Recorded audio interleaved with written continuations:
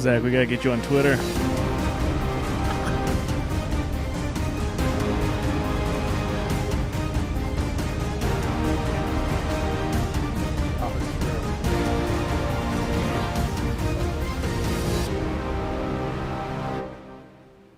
Chris, you just let me know when you are ready, sir. What is up, everybody? We will get started here in about 30 seconds. In studio guests tonight, by the way. In the rain. All right. It must be true love. Yeah, right? I'm sure you guys recognize that voice. Absolutely no social life. Want to come hang out? Check. I want Zach to think I'm cool and got a social life. Okay. All right. Let's see here. We are about. I am ready. You're ready to go, Chris? I am, sir. Let's do it. The big play. He left the meeting. Oh, poor Chris. All right. Well, we'll give him a sec, but let's kick this off. Here we go. Chris will be back. The Big Play Reflog Show is brought to you by ShackNews.com. Shack News, the place to be for all your gaming needs, with the latest news, guides, walkthroughs, and previews, like this featured article previewing the upcoming game Mario and Rabbids Spark of Hope. Be sure to check out their Shack Chats, where the staff discusses the hottest topics in gaming, and you can join in all the conversation using the Shack News Cortex. So if you are a gamer, Shack News is the site for you. Check them out on Twitter, Facebook, YouTube, and Twitch at the handle at Shack News and at shacknews.com. It's time! Streaming live from Cleveland, Ohio! Presenting the undefeated, undisputed heavyweight podcast of the world, The Big Play Reflog Show! Okay, do you need medical attention? Yeah. What is wrong? I don't know. I know damn nothing. Attack by Chuck. He's to the 10. He's still running to the 5. He gives up. He's going in. Touchdown.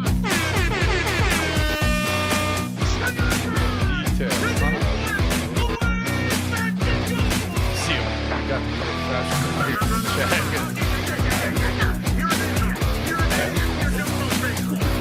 Yeah, remember that? It's time! The Big Play Reflog!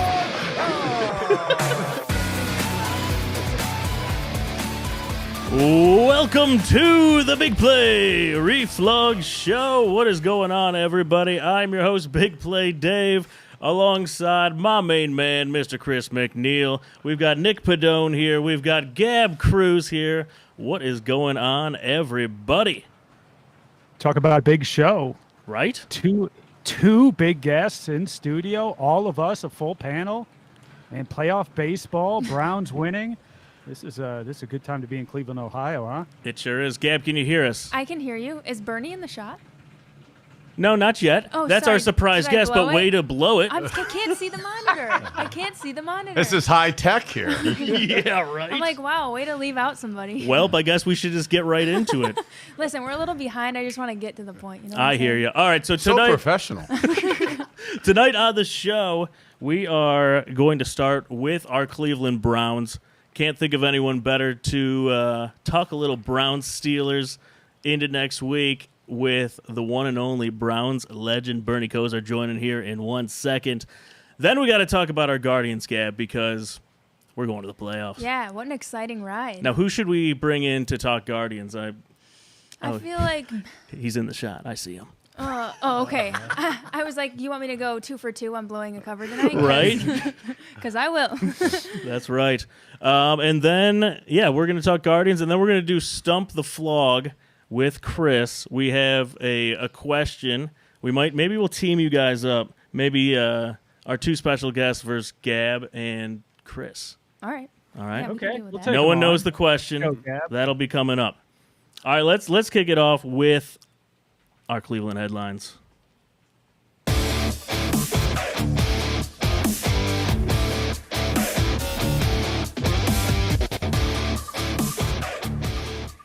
All right, Cleveland Headlines brought to you by TSE Cleveland. Go get some signed Browns gear.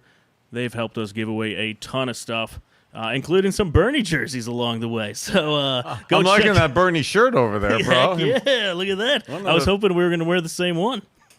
I didn't get the close call today on color coordination. I'll text you next time.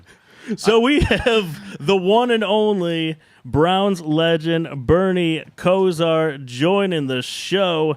Bernie, how are you, my friend? Well, I'm doing phenomenal after a Thursday night Steelers victory.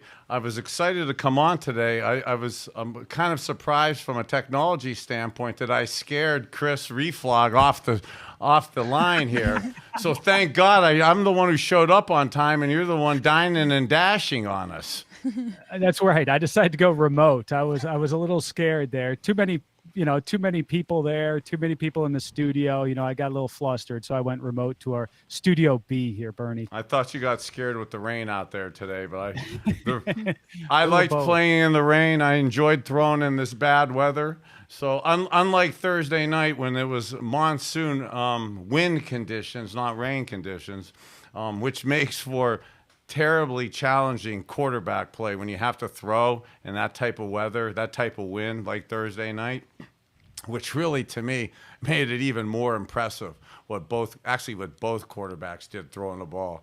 Jacoby was phenomenal, carving spirals in that wind, and Mitchell Trubisky with a really tough offensive line under duress. I love the way both quarterbacks threw the ball. Yeah, and it feels like that game was like 4 weeks ago, but.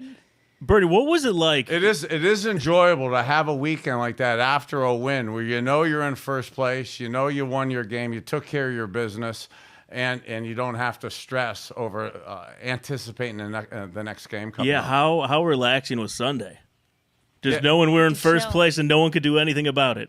Yeah, it would have been, not to be overly greedy, but it would have been nice if New England and the Jets did something to solidify our position even better in first place. But yeah, to be able to have played, not only to be 2-1 and to be in first place, but to have played good Thursday night, to have a performance where we won by more than one score, but to really kind of control the game and to play with good confidence. It was a welcome relief after the outcome of the last minute 55 in the Jets game. It's always nice to beat a rival. How about for you back in your day? What was it like to go up against the Steelers and beat them up?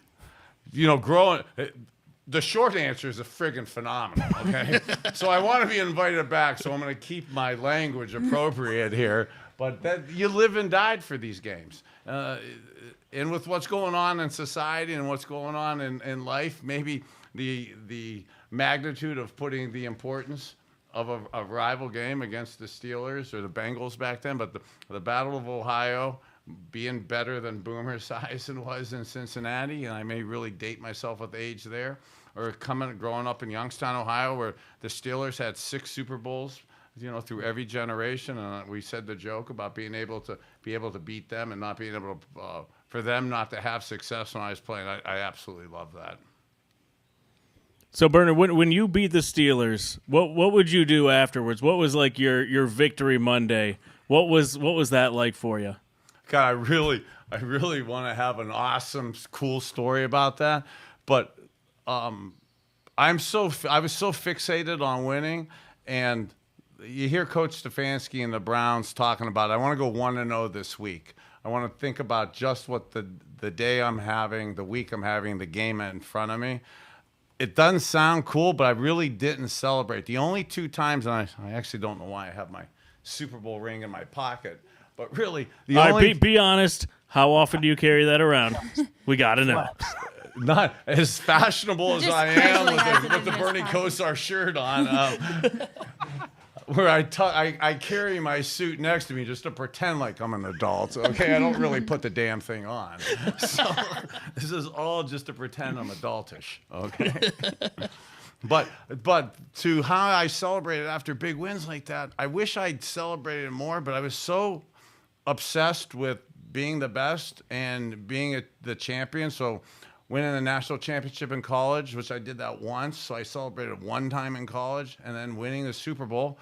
I only did that one time, but it's really the only 2 times when the season's over and it culminated with your ultimate goal, which is winning a championship. And then, I'm proud that happened to me twice. Being greedy, though, I wish that would have happened more. You've mentioned on your podcast how much homework you do before a game, but how quickly after a win would you go straight to the film, since you didn't celebrate much? Almost immediately. I loved watching film of my game to see what I did, and I wasn't doing it to gloat, but to look and see what I did, understand what I did mostly wrong to improve on, and then seeing exactly what I did play-wise, because I knew the next team was going to be doing the same thing. So almost immediately, before the victory Monday even happened, Sunday night, I would have already looked at my game film from that game, and then I will have already looked at a couple games of the team I'm playing to get ready for them. It was you really completely immerse yourself. You were in the zone. In the zone of wanting to just be the best I can and learn everything about that team or that game or that defense coming up. Chris, jump on in here, Mr. Remote. We put you to sleep over there, bro, huh? Not at all. Hey, No. I got my Guardians pennant winning bat here, so if I gotta smack your ass to keep you awake here, bro, I wanted to save this for Zach. I'm trying to act like I'm not a fanboy over here, okay?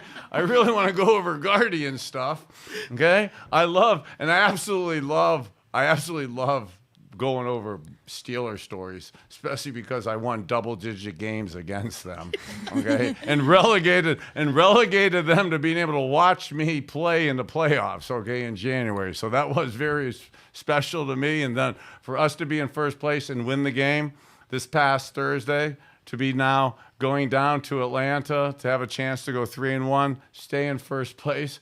But I'm really more fired up about The Guardians baseball, yeah. October 7th, 8th, and 9th. So we know what we'll be doing that weekend. Yes, we do. Hey, I do have one question for you, Bernie. Just Speaking of one, smacking, bro? Just one You're at the moment. deflating my I cranium. I randomly met you at one point. This was years ago. Oh, come on, the boy. listeners. It wasn't random. You showed up on purpose. Well, that's true. I kind of stalked you, and I showed up at your place. No. I ran into you at a gas station, and I could hear it was you. That was my like, place. You saw bankruptcy. And I heard you talking. I said, "That's BernieKosar behind me," and I was really nervous. And I was like, "What do I say to BernieKosar?" And I told you, I said, "Bernie, I'm running for senator. Will you endorse me? And I'm so Whatever you gullible. do. I said yes. you did," and I appreciate your support. And I'll be great for all those voters out there. But I said, Bernie, when I was 7 years old, I was at the Gastineau game, and you just turned around and you said, "Best late hit I ever took," and you walked out the door, and I was like, that was magic. That was it. Wow. If I never see BernieKosar again, that was the moment, and I will always remember this. Wow, so I know you don't Chris, remember me, I wish I didn't have all that CTE going from that, because that that actually was one of my favorite roughing a quarterback penalties, because that was the impetus to get us started to the last couple scores of that last 3.5 minutes to go. But that last hit, that roughing a quarterback, and I think we talked about it a little bit on the show a couple weeks ago. That was actually, I didn't wear a mouthpiece. That was the first time I got knocked out and was unconscious and knocked a couple teeth out. So to hockey players, because I didn't wear. Quarterbacks in the 80s who audibled a lot did not wear mouthpieces. So hockey players don't have their front teeth. Quarterbacks like myself and Jim Kelly, who was my mentor at the University of Miami, we don't have back teeth. So Gastineau hits back then. You were able to hit the quarterbacks a little late. Hit me underneath, hit me in the jaw when I hit the ground. So to actually swallow one of them and catch the other one. No kidding. You were knocked out cold. Yeah, so that was back then. Back then, it's not, and this, I don't say this for the younger kids, but there was something that happened in this weekend's game down in Miami with Tua. Yes. Against Buffalo. They said first he had a calf injury. Then they said he had a back injury. I was a weeble like that. I've weebled and wobbled and fallen down post those hits. That is what happens when you're concussed and you were unconscious, and you think you're unconscious for a while, but you're really 5, 10, 15 seconds. And to that point in my career, I'd kind of known those things were happening. So I don't recommend this for younger kids, and it's not technically allowed anymore. But in the old days, yeah, you would have smelling salts. I would have a little pocket in my pants. And when you were knocked out, almost muscle memory, you would break the smelling salts, which is basically ammonia. And you take a smell of that, and it would snap your head back into somewhat cognitive skills to be able to bluff, because now there's a whole sequence of things that went through your head. So you know the ref's going to look at you, so you got to get your "I'm okay" answer right. Right. And then you know you have about 20 seconds before the team doc and the trainer comes out to you to see if you're okay and evaluated. And this is not right for young kids out there. But lots changed. Yeah. You didn't want to come out of the game, and you didn't want to admit that you were hurt and stuff, so you were bluffing through it. So today with cell phones, you have high technology, so you get a real baseline before the season of your brain and how you're supposed to act, and then they test you in those blue tents now to see from a scientific standpoint how you're doing and if you're okay. We weren't that sophisticated back in the 80s. It was just a finger test, so you knew what was coming up. They just smack you, back up. No, they come back. No, it's a legitimate test. I Yeah. mean, they're going to say, how many fingers do I have up? And you know, because they never would give you one, because that's too easy. And they never gave you 3, because you could miss that. So it was always 2. So I'd been hit so many times, bro, I'd be able to say 2. Well, that time they were going to put the fingers up, and I said 2 before I even put the fingers up.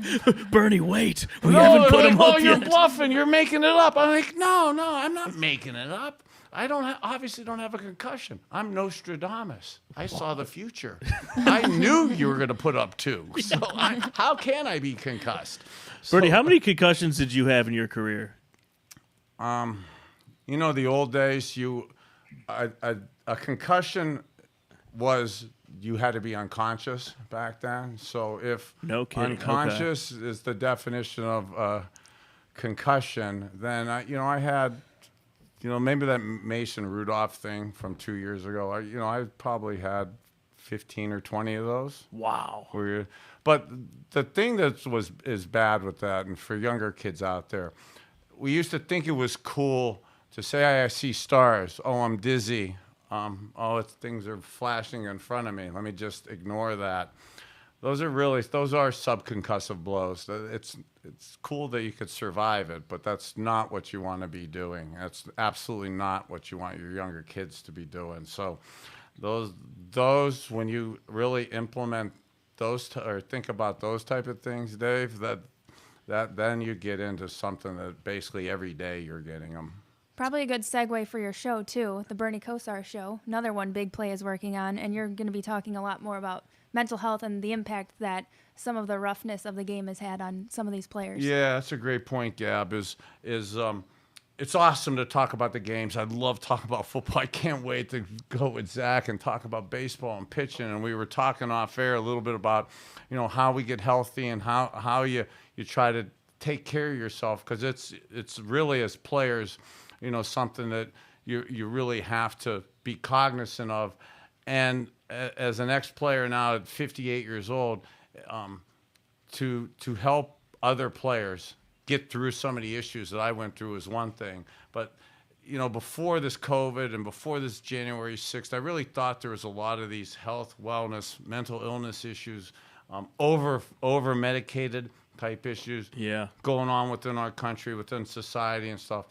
Since the COVID stuff, since the January 6th, it's actually become more extreme. And it's almost a situation now where it's almost a responsibility to start talking about these things. And I've been so blessed to come out the other side of it. So to be able to talk and maybe help some other people, whether they're athletes and or people that are suffering through some of these similar issues, I'm really excited to share that. Hey, one more question for you, Bernie. And I know you've been asked about this probably a whole lot, but I have to ask it. You know, I was a kid back then, 1993. Belichick cut you. What were your immediate afterthoughts of that? Actually, we had a funny story this past couple weeks ago for Alumni Weekend. 1993 was the last time that the Cleveland Browns were 2-0. Yeah. Okay. Which was 29 years ago. We all know.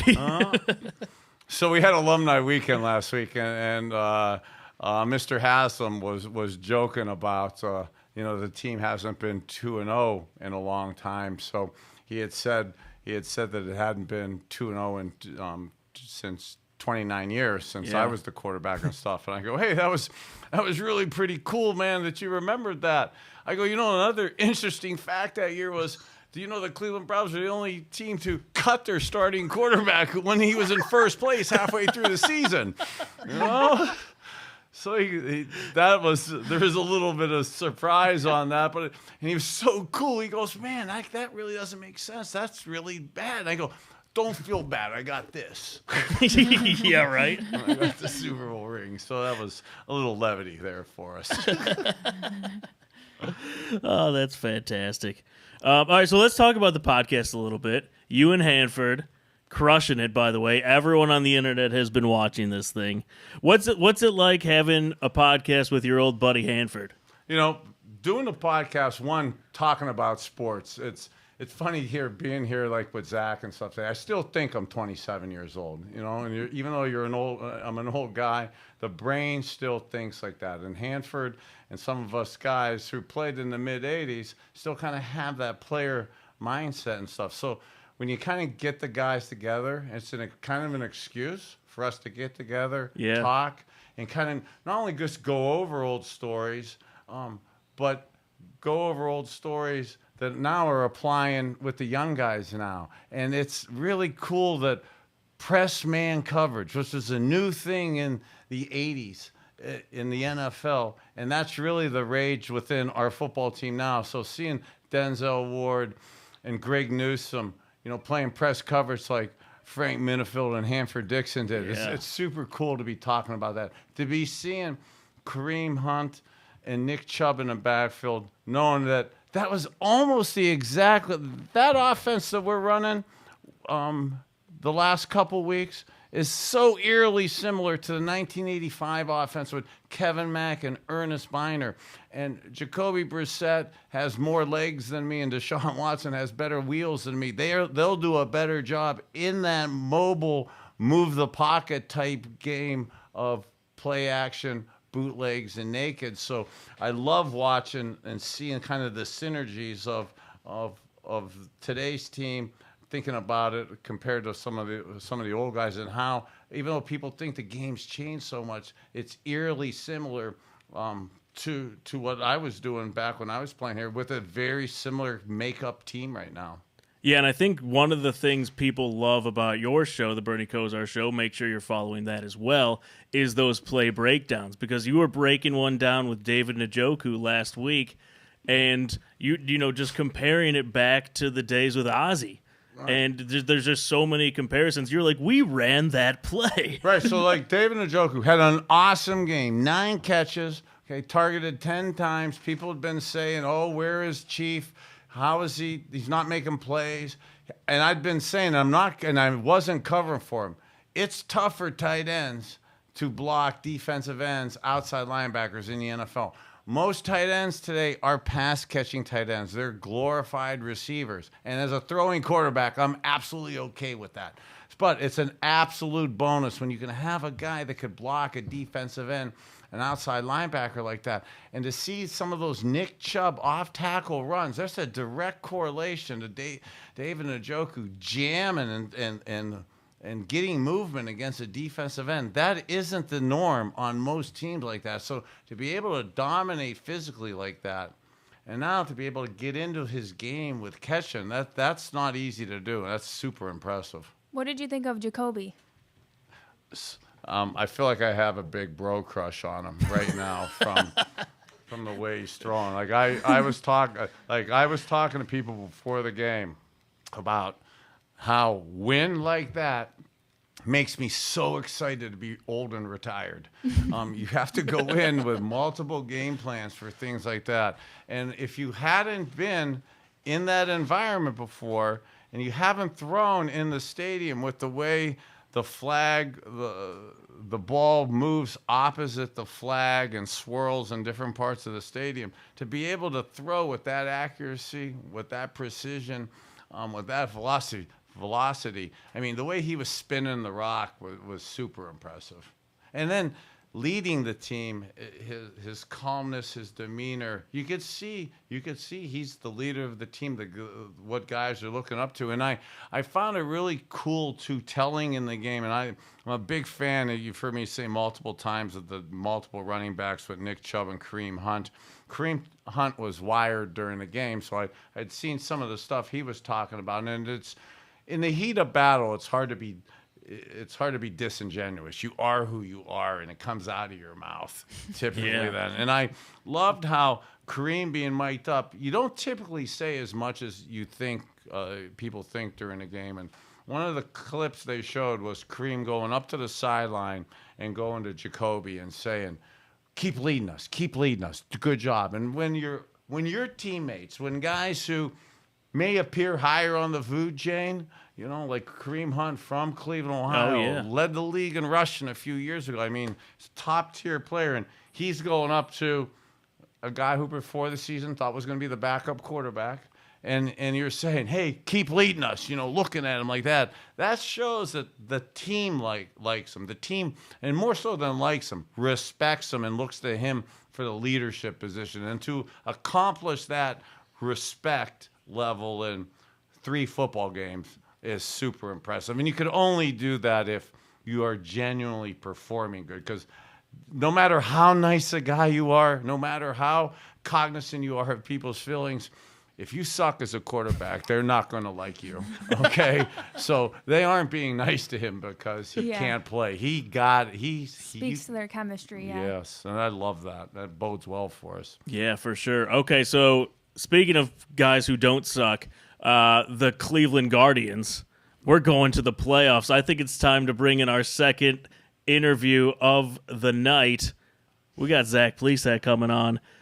Let's see. You want to sit in the middle, Zach, or you want to? Come on in, Zach. Yeah, come on in, man. Come on.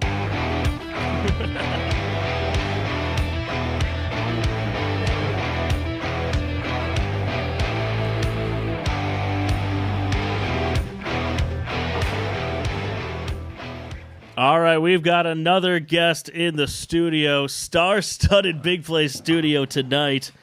We got Zach Plesac joining the show. Look at those two, Zach Plesac and BernieKosar, sitting next to each other. Zach, what's going on, man? How are you? I'm good. Thank you for having me. Excited to be here. Yeah. And take that mic, just put it right up there. There you go. Yeah, you're good. I think we're good. Yeah. I don't think it's on. There she is. We're on. Yeah. I probably should have told you that, right? Zach, how you doing, man? I'm good. Thank you again for having me. Excited to be here. Yeah. What'd you run into a couple deer on the way to the Labatt Cave? I actually avoided them. I evaded them. They were in the lawn doing their thing, getting ready for bed. I think I just walked past. They let me go. Love it. Yeah, we have it here at Big Play. We didn't know that we had a petting zoo out here, you know? I mean, if you could look underneath the table here, we got all kinds of our wildlife going. Yeah, I don't know how they got all the way up here on the 35th floor of Big Play Tower, but So Zach, how excited is the locker room right now? And is there any champagne left in that locker room? Yeah, I mean, everybody's juiced up. You know, it's just an exciting time.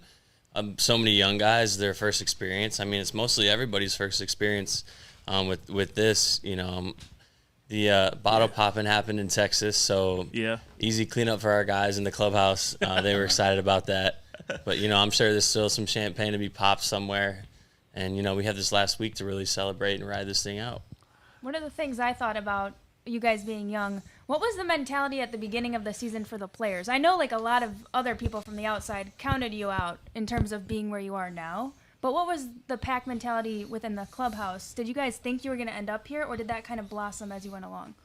I feel like the energy has been the same for the whole year. I feel like these games now have the same type of energy than they did in the first month. I felt like there was just always like something to prove with so many young guys. It felt like everybody had earned their spot. Everybody had to perform every week in order to, continue to be even competitive with some of these other teams with the players that they have. So I think now, obviously, this last month, the excitement and some of the environment factors have changed. The crowds have gotten louder in big moments, and different stadiums are more packed. But the energy that we bring in the clubhouse, honestly, is the same it's been throughout the whole year. And I think that's why, in the end, we're equilibrium kind of balances like everything out. Like we're just finding our groove, and everyone else around us is not in theirs. So it's working out. You mentioned the youngest being the young team and stuff. It's a tribute to you guys, and it's really, to me, fascinating.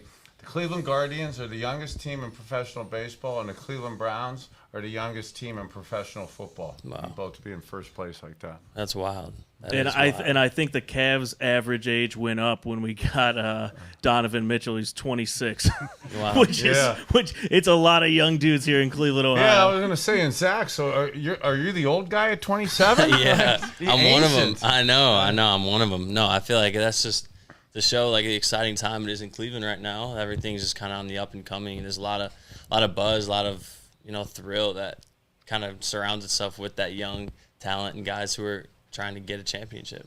Well, actually, I was thinking more from that coupled with now my daughters are your age, so they may want to come to town more. Okay, with that. Okay.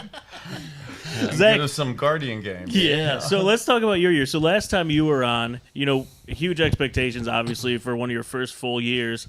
I have no idea how your record is with your ERA, where it's at. Like, talk to me about the year that you've had. Like, I know there's been ups and downs, but we've watched all the games. You've pitched really, really well at moments. What's this year been like for you? Yeah, I mean, it's really just been battling Murphy's Law at some point. I felt like what can happen will happen, but at the same time, like, I kind of found like this pit that I found myself in, like worrying about results and trying to hold on to things that really aren't important or going to get me to where I want to be. And that's why you're not on Twitter, right? Yeah, well, yeah, and that's why even going to talk about mental health, it's like the big mountain you have to climb, and that's like a pinnacle to have a successful career. But just things that have happened have been really good, and I felt like I have nothing to show for it. And it's like, who am I trying to show? It's like it comes to the point where I know what I can bring, and there's nothing I have to show to anybody. And there's a point of just like holding myself accountable for whatever does come thrown my way, whether it be my fault or not, or controllable or not. I think this comes down to controlling what you can and be really good at that. And if I can just be really good at controlling what I can, everything else kind of plays out around it. That's an awesome attitude. I mean, that's really important to have it like that, to get through the peaks and valleys. Right. It's at the end of the day too, if you have a good performance or bad performance, you can always be a good person. You know what I mean? And people can always rely on you to either give the truest advice that you have to offer to them, or just knowing that you're going to be the same you regardless if you are succeeding or going through a rut, whatever it may be. Yeah. But yeah, I mean, that's just the most important thing. Speaking And of the mental your side, hand looks pretty fine. I'm just gonna say that. Yeah, How's the hand? I know the hand's good. The hand's super good. I just threw in a rehab game for Columbus in Toledo. Awesome. Yeah, so I went really well. I've been feeling good the past few weeks. I know we're doing everything on a medical standpoint, like following the process, so we don't push anything and potentially further damage or put ourselves in a spot where we go backwards. So I mean. Everything they've done is helped me get to this point. I feel good, ready to go. I'll pitch on Friday. And Heck yeah. Yeah, I think maybe the last game of the year too, so we'll be able to squeeze 2 in before it starts getting real. So Awesome. I'm excited, yeah. Chris, go ahead, man. I was going to say, you talked a little bit about the mentality. Is there anything unique about pitching with this Guardians team where, in my opinion, you really lead, the pitching leads this team, and then the hitters, it's kind of like, we'll figure it out. like we've done it, and he done it kind of not necessarily smoke and mirrors, because I'll give the hitting more credit than that, but through non-conventional means to score runs sometimes. What's it like for you as a pitcher when you have that offense behind you? Yeah, what is it like being the pitcher when you have this offense that's like taking off at the moment? You've got Steven Kwan, you've got Oscar, you've got Naylor. I mean, you have Jose. Fourth guy we mentioned was Jose. That's insane. Yeah. What's it like as a pitcher? I mean, it's everything. You know, that's immediate confidence builder, and seeing the offense get hot only gets you more confident in what you need to do. You know, I think it's almost what, you know, they say, if hitting's contagious, you know, and same thing, if you see our guys hitting, like, the pitchers want to perform as well too. So it kind of all goes together. And usually when guys are all playing good, everybody starts to play good around each other. So I mean, it's crazy to see 1 through 9 guys come in. You see Owen Miller come in off the bench and, you know, get knocks in. Every time he plays, he's getting doubles, and people don't even realize it, you know. And obviously you got guys, Jose and Ahmed Rosario, Andres Jimenez, the all-star, who bats like in the 7 spot.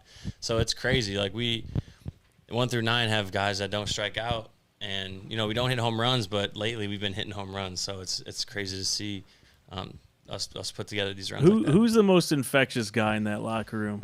Who's everyone cling to? Yeah, Austin Hedges is the main guy. Dude, you know? he reminds me of like a WWE star. Like, he just has that look, man. Yeah, he does. No, I mean, the catcher role is such a like powerful position on the field. They're the quarterback at the end of the day. He does an amazing job. So I'm cognizant of watching dudes take shots off their melon. Yeah. You know, and so his ability though to handle a hit, and then really get disoriented, yet act like he isn't, and keep his act together, and still keep control of the umpire, keep control of the pitcher, and come up with the next wave of signals. He makes it look seamless. It's not that easy. He's gifted.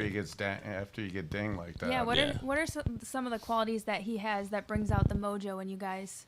I think he's just like, he keeps it young. He reminds us we're kids playing the game. He's like the oldest one in the clubhouse, but he acts like he's the youngest one at times, you know, and it like kind of just reels us back to what we're really doing, and like where we have to keep it in the level of having fun and enjoying this game and not put too much pressure on ourselves. And, you know, obviously when it comes time to compete, he's the most competitive guy in the clubhouse. So, you know, but, you know, when we keep Whoa. More competitive than Naylor? Yeah, I mean, dude, they'd be good head-to-head.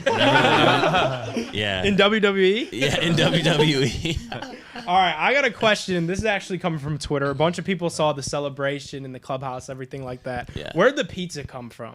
Yeah, I don't know. Naylor ended up I guess he had pizza delivered to him. Yeah. We had an Uber Eats post-game celebration. I love it. Oh, man. So is there anyone that you guys want to play heading into the playoffs? You don't care at all? I mean, I don't think we really care. It looks like right now Seattle could be a potential lineup. Personally, I think having just played them the last time we seen them, they beat up on us, and usually that doesn't happen twice in a row. So if you know, they come back, we handled them good. I think they just ended up pulling away at the end with those games, but you know, we played well. I think if we played them again, it'd be a good matchup for us. Off baseball for a second. You've been in Cleveland for a while now, man. Like, what are you liking to do in Cleveland, around town? Where's the spots you like going? You have a favorite restaurant yet? Yeah, the Good Company. Okay. Is one of my favorite places in the city. The best wings by far. The ranch too to go with it. It's insane. The milkshakes there, I get one like, I swear, 3 days a week. Marble Room is always a good time to go to. Haven't been out really in the scene this year as much, but you guys have put in work. Yeah. I know. Il Rion's another good spot I like to eat at. I live by the beach, so I like to walk around there sometimes, especially when, you know, there's lots going on in my head. I like to just put the phone down and go walk for like 20 minutes. It's your golf course during the baseball season? Yeah, I actually I like golfing on the road more often, just because it's more like I feel more away. You know, when I'm home, I kind of like to be at home and kind of relaxing with my dog, or, you know, kind of just hanging out. So when I am on the road, that's the time to kind of get out and golf and see some places and do some things like that. I think that's really interesting. You alluded to just some of the things you do to keep your mind. Yeah, I was going at to say bay. that too. I What think are- it's pretty cool to What be are like some of those therapeutic things like that. you yeah. incorporate to like keep Yeah. your thoughts in line or just keep you relaxed? I mean, I've been trying to figure out what's helped me the most throughout my whole career. I mean, really, it's turned to golf as something that I do extracurricular that kind of is that space, of calmness that's helped me, get away from the game. Another thing that I've found to be extremely helpful is something I've talked to even some of the athletic trainers about is the importance of having good mentors. And I think like we take that for granted, especially when we're at this level and we feel like we're at the top. We don't need anybody telling us what we need, what we need to do, what's best for us. We got to figure it out, and that's been the biggest struggle for me is, trying to transition from a young kid into the big leagues and not be a young kid anymore and kind of take control of my life and my core values as a human and what I want to like bring to people and my family and how I want to represent myself and, people that I Wow, that's play awesomely for. Mature on Yeah, that. That's no, cool. thank If you. you don't mind me asking, then, because that's easier said than done, and Yeah. it's absolutely, actually, hard to actually to even sometimes admit at your age to yourself. Yeah. So not to put you on the spot, but like if you're if you're blessed to find something like that, if you don't mind me asking, like who would be like one of your mentors and stuff? Yeah, 'Cause, like well- Gary Danielson was huge to me at when I was your age to have somebody like that to show me the way how to study, how to hang out, how not to hang out Right. was just Yeah. life changing. That's, growing up, I felt like there wasn't many people there wasn't really anybody that I could really look up to. Doing what I was doing, I had coaches and people that you respected like that. But I think as I get older and now I look back, I'm like, dang, I wish I had more people that I could really look up to. And it's kind of gotten to the point where it's people that have known you when you've been the truest you, like I have a high school coach who I could talk to, and then I have a twin brother, so he's the most equally relatable person that with advice or understanding as to me. So I think that's like the most credible source that I have, at least when I'm trying to get advice. But that's why now I look, not that there isn't anybody I could call, anybody I can get advice from, but the importance of, if I did have somebody that I could always like, dude, like, like right now, like that could understand what I'm going through and just like seeing it from a clear perception, you know what I mean? Yeah, it's yeah, so absolutely easy, do. especially with, media and the way things can get translated through perception that, just even when you text people, the way you read it could be different than how someone's trying to relay it to you. So it's a constant like battle that if you get caught in trying to fix what's happening around you, it can be plummeting for you, and that's why like when you can just find your center core, like centerpiece of things that you can like stay true to, like everything else around you is just should be easy for you, and that's why, I've gone through a lot in the media, especially. Oh, where, yeah. like, you feel like things aren't true and you have to wear it, and at the end of the day, the truth comes out, and everything comes to light. So it's like if you can just keep on believing in that and holding on to that and not trying to look for like revenge or try to look for like any way to get it back or anything, just trust, and just continue to like hold on to the core pieces is what's helped for me, I think. Wow, love that. Yeah, it's been a journey.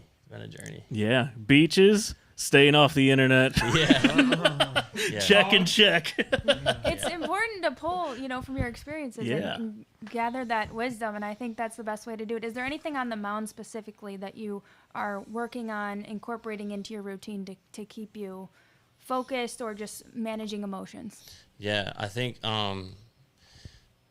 obviously we talk about the breath, and that's hard to kind of focus up to. I think really just when you can actually visualize what it's like when your breath is going in your nose and out your nose, then it can kind of take you to that specific place for me to like only think about what's going on with my breath, and that takes me away from anything else going on. It's hard to say like in the game, because it's all like flow. It's all flow when it's the game. So it kind of seems like whatever's happening, there's not much to get you back to where you're trying to get to. You're kind of already there. So it's almost like the preparation gets you to those moments, and whatever happens when you're out in a game, it's like that's just you at your most rawest being. You know what I Yeah, mean? so we set an over-under for the season for you. It was 5.5 jerseys you'd go through in one game. Did you hit the over or the under? Yeah. No, it's around like 2.5 would be the good bet there. I would say I'm right around like 2 or 3 a game. Nice. Yeah, for sure. From too. sweating that much? Yeah. Especially in the summer, it's bad. Yeah. I don't know why. They give us the Pedialyte too, and I feel like we just sweat all the time. Oh, Yeah. This is. I could really digress and ruin this podcast. No, go for it, man. Go for it. But I think of like my old centers and stuff because I used to because they would sweat, and you have to take snaps. It wasn't shotgun back in the day, so I had to put my hands where they don't want to go, okay? And then all of a sudden you become a Mr. Mom and you have daughters and stuff, and I say that they have toxins in them from ass hand. You guys are too young to remember some of my old centers, Mike Babb and Steve Everett. Steve Everett's a great guy, but he showered once a year. Okay. He wore the same pair of gray pants from when my first daughter was born until my second daughter was born. Okay. And I wish I was embellishing that. Zach, we got one more from Twitter. People want to know, how excited are you guys for the playoffs, but specifically to see that home crowd behind you come postseason? You know, Progressive Field's going to be rocking for that. How cool is that going to be for you guys? That, especially the guys that have been there through the COVID years where there wasn't anybody allowed in there. And when we were having you on podcast during Zoom, how cool is it going to be for you guys to have everybody in Progressive Field like that? Yeah, I mean, I know everybody's, everyone's excited for it. I mean, it's going to be a special time. I think, obviously we feed off of that energy, and it's super important. And I know how Cleveland fans are, and it's going to be jumping, it's going to be loud. So they're going to be excited, I'm sure, for that game. And, everyone's juiced up for it, really. Yeah. I would say, and Bernie, no offense, but playoff baseball. Oh, there's nothing like it. There's nothing there's like nothing. it. I grew up in Youngstown, so I was an Indians fan going to Indians games in an old municipal stadium before it was Progressive Field or Jacobs Field, Progressive Field, now Guardians. But there's nothing like the atmosphere of playoff baseball when we're in there. Yeah, no, it's special. Yeah, it's going to be special. No doubt. Heck yeah. So you ready to get back on the mound? Yeah, I'm ready. I'm so ready. You ready to hit the golf sim? Yeah, let's rip it. No, wait, no. We're gonna try to get 2 pitching performances in before the playoffs. Okay, don't be screwing anything up with a golf swing and stuff. All right, come on. I don't want to have Dr. Kosar working on him. Okay, for the playoffs. Yeah, I'm not looking to get destroyed by the internet. No, I'm good. Final questions, Chris. You have anything else? No, I did want to ask a little bit about Tito. Him as a manager and what he's done with this team. What are your thoughts on Tito and the way he's led this season and through everything and to get this young team to the playoffs? Yeah, what do you think about Tito this year, man? I mean, he's really the GOAT. I think it obviously all starts with him. Everyone was unsure of what he was gonna do, with his health conditions, just with everything going on. And the name change and the whole switch over of almost like a franchise, but he grouped everything together, put the whole plan together, and got everybody on board. And now it's, this time of the season, everybody's bought in to exactly what he drew up. This is all his doing. So we're just like the chess pieces, really. He's the mover. I love to see Tito go crazy on the what does that do for you guys when you see him do that?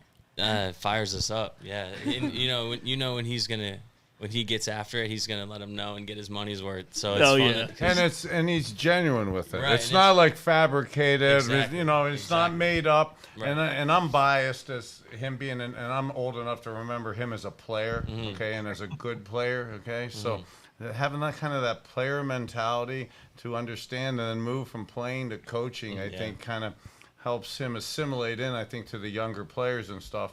And he knows. I mean, when we're playing, when sometimes coaches are disingenuous or kind of yelling for the show. He's not. Yeah, he really. Exactly. So when your guys for real, Right. you'll run through a wall for him. 100%.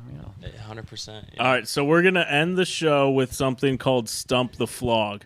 Okay, and it's gonna be Bernie and Zach on a team, and it's gonna be Gab and Reflog on a team. Oh, so you put the guy with CTE, traumatic brain injury. You can't even remember what he said 5 seconds ago. Okay, you want to ask me a question? All right, Thank so you, the brother.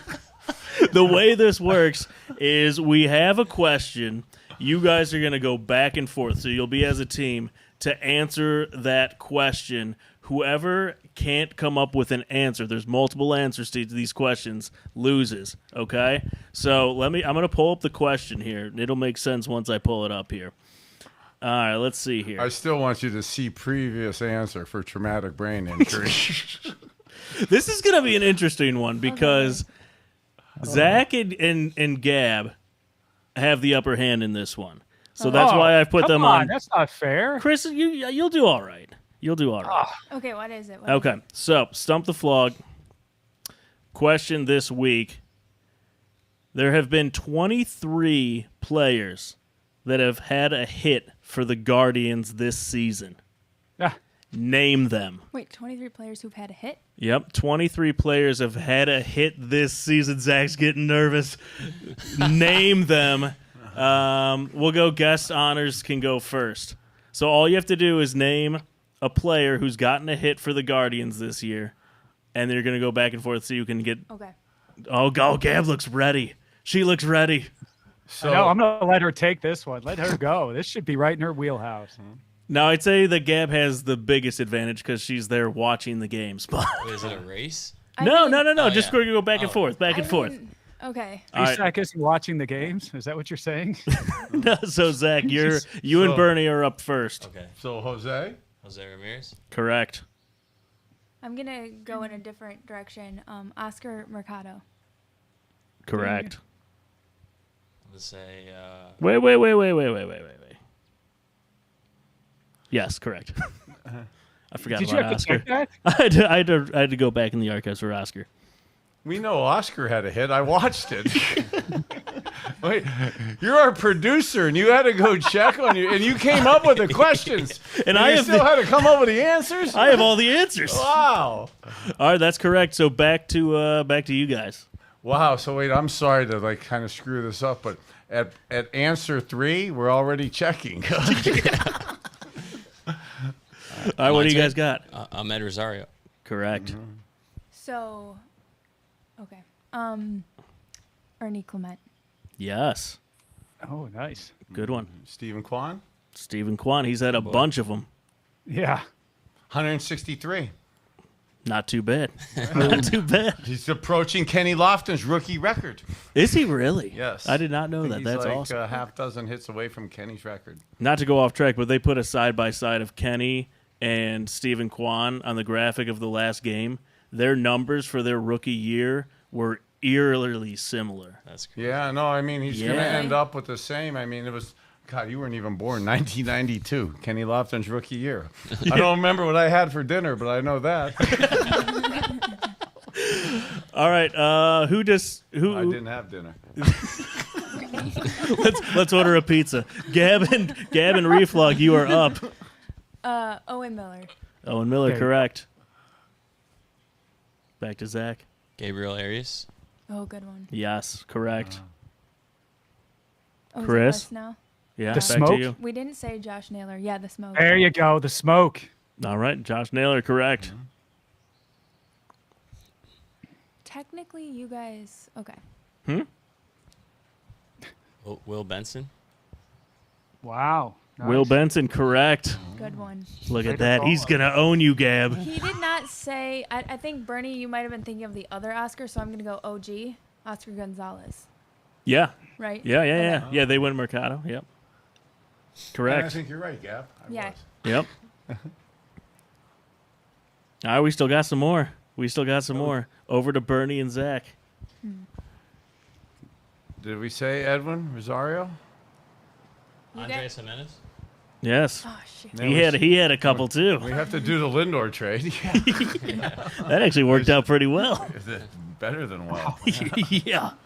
Is it to us? Reflog, it's to you. All right, Reflog, help me How out. about Miles Straw? Yes, there we go. Miles Yeah. Straw, correct. Trying to think of some other people who came up and maybe went down. Richie Palacios. Yeah, good one. Correct. I've got another one. How many we have? Oh, do you? How about the assassin? Was the assassin up? Oh, wow. Was he? I don't. Well, No. all right, hold on. There's an asterisk next to his name. He is technically I always get he these. is technically included. No longer in the Guardian system. Oh, if he got a hit with us, Bobby this season- Bradley. Bradley. I think he. I don't know. And Alex Call would be on there. Yeah, Reyes. that's right. Oh, Alex Call. So yes, Chris, we're giving you I got the one. assassin. Yes, We've Bobby got Alex Bradley, Call. you We're live. back to Gab. Tyler Freeman. Tyler Freeman. Correct. It's really coming down out there. Yeah, I guess we got to do the podcast longer because we can't Yeah, leave we're the not garage. It is pouring outside This is the the studio. extended version today. Why? Because it rained. All right, back to you guys. Did we count me on Reyes? Yeah. That's correct. Yeah, that is correct. Is Reyes. it count the Cubs organization? Yeah. Back to you, Reflog and Gab. We got we a few say- Hey, more. Reflog, I mean, you showed up late for your show, and Gab's doing all the answers for you. Could you I got the last one, Bernie. Get off my case. How please about Austin Hedges? don't screw this up with the facts now? Right, Austin Hedges, Oh, correct. Yes, good one, Correct. Reflog. Good one, Reflog. Even while I'm being heckled by BernieKosar, I Right. still deliver. Yes, Chris, I bet you didn't have that on your bucket list, getting heckled by BernieKosar. I tell you, I'm a wannabe humorist. All right, back I to used Zach to and say I want to Bernie. be like Rodney Dangerfield, but now that I'm aging myself, half the people don't know who that was. Oh, everyone knows Caddyshack. Oh, yeah. Okay, you guys. Luke Maley. Luke Maley, Yeah, correct. because he Melee Man delivered a walk-off, didn't he? Hey-o. Wow. Hey-o. She's stressing out some new material, folks. Yeah. No, I just remember that from Twitter. You know, you have all your tweets in your head. All right, Gab, back to you and Chris. All right, let me think We about got a this. couple more. I need your help, Reflog. I feel like you guys are going to get them all. Okay, is there a newer member on this list? I don't have details. I just have a list. Oh, come on. So whenever we do any type of trivia, Bernie and Zach, Gab will always give away like the easiest hints ever. So I we used to give do it away. giveaways, and like literally every week we had to give something away because of Gab. So no clues. I'd be like, he wears a gold chain of himself, if that helps. That didn't narrow it down on the football team. True that. Gab, you're going to have to help me with this because I'm not going to come up with his name, but we Okay. got rid of him. We got rid of him earlier in the season. He was supposed to be our big cleanup hitter. No, Franmil. Bernie already said We already said Franmil. him. Oh, you said Franmil. I Yep. was okay. Yeah. I wasn't paying Okay, attention. let me think. during that Let me get to part. this Okay. place that Zach gets to on the mound. In through the nose. There you go. He's There you go. Breathing exercises. I'm a big meditator now. It helps me out. What positions haven't we gone through, Reflog? We did Owen, Naylor. We got one more asterisk on here. I'm thinking of the guys that have gone up and down 71. And I am drawing a blank. Okay, so you can't give us like You have infield, 10 outfield? seconds. Okay. We haven't had any pitchers hit this year, have we? Hey. Randomly? No. You give him a countdown, Nick? Ouch. Is That's Will a lot of pressure. Brennan, We're getting a Is lot that of his heckling name? from that side, by the way. Will What- Brennan? Will Brennan, correct. Yes. Oh! Clutch! Did you say that, Zach? No, I didn't. No, okay, I just okay. asked him. He Okay. gave me the nod. Correct. That I'm. Gab putting the pressure on. Clutch, Gav! Way to be. That's what I was saying. Is it a newer person? There's not many more. Okay. So it's our turn. It's your turn. Nolan Jones. Oh, Nolan Oh. Jones, correct. Oh, he's gonna own you got guys. us. You're done. He got You're us. done. nail in the coffin. See, all right. To be fair, This isn't really fair. This is like having you guys try and name my coworker. Yeah, we're like, yeah. Hey, I'm impressed we knew you were running for senator. Okay? Senator Reflog. I'm going to That's write right. in November. With your help, Bernie, we're going to go all the way to the big house. You guys have one, Gab, or are you done? It couldn't be any pictures, so Nope. That fun is over.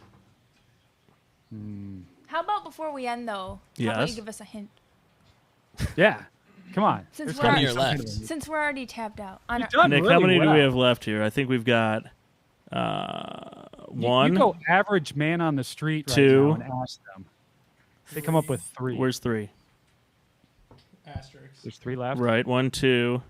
Who's the third one up here? Hey, absolutely, we can't be that dumb because the guy with the answers is reading it in front of him and still doesn't know to tell us the correct answer. like- So, Bernie's roasting. Tie. He's out I think here. it's a no, tie. I think I'm a humorist. I'm hoping I'm banking on Dave said that he would always edit out stuff if I was inappropriate. Oh, yeah.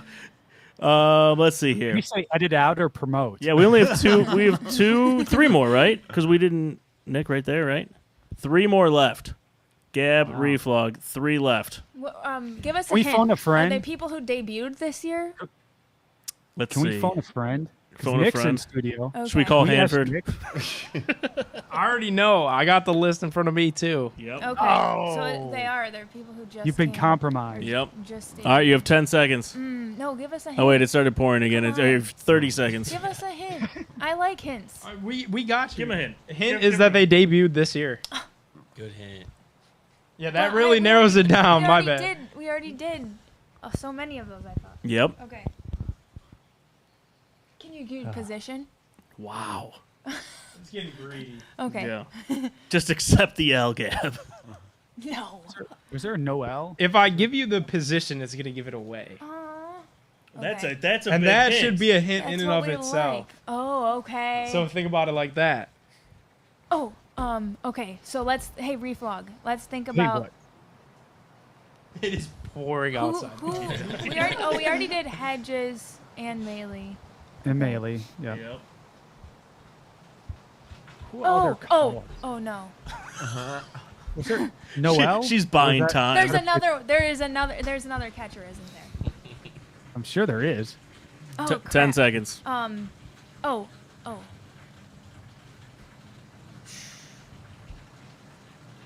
Zach's like, I know all 3. You're done. Yeah, I of can't course. think of his name. I don't know. Please sex knows all the 3, catch. 2, Damn it. 1. Sandy Alomar came in to pinch hit. Incorrect.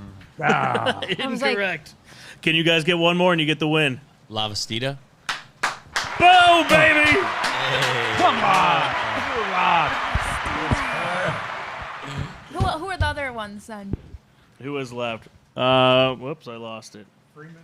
Yeah, Sandy Leone, and Leone. I don't think you guys said Freeman, Tyler Freeman. I did. Did you? Okay, so we only Yeah. had Sandy Leone left. Okay. That's respectable. That's That was pretty pretty respectable. good. That was a pretty good team Yeah, effort. that you was guys. actually impressive. That was. Wow, I good didn't job. feel bad not knowing some of the answers when you two had to be challenged on that. So thanks. Thanks for making me feel good about myself. I really think we were all winners there. Yes, and then I heard the rain slow down, so I think we can take this out, and we are good to go. So thanks for tuning into the Big Play Reflog Show. Huge shout out to BernieKosar. Go watch the show, the BernieKosar Show, with the top dog, Hanford Dixon. It's one of the greatest shows on the internet right now. Zach Plesac, his hand is healthy. He is ready to go. Playoff baseball is back in Cleveland, Ohio. The fans cannot be more excited for that. Go Guardians. Yeah. Go Guardians. Heck go yeah. Browns. I'll see you very Yes. soon. Yes, and we will see everybody next Monday night, 9 p.m. Go Guardians. Go Cleveland Browns. Go Cavs. Go Go Cleveland. Go You matter. Cleveland. Wait, yeah, let's end the show with a You Matter. Let me get Bernie back up there. There we go. You matter. We love you. It's time! Streaming live from Cleveland, Ohio! Presenting the undefeated, undisputed heavyweight podcast of the world! The Big Play Reflog Show!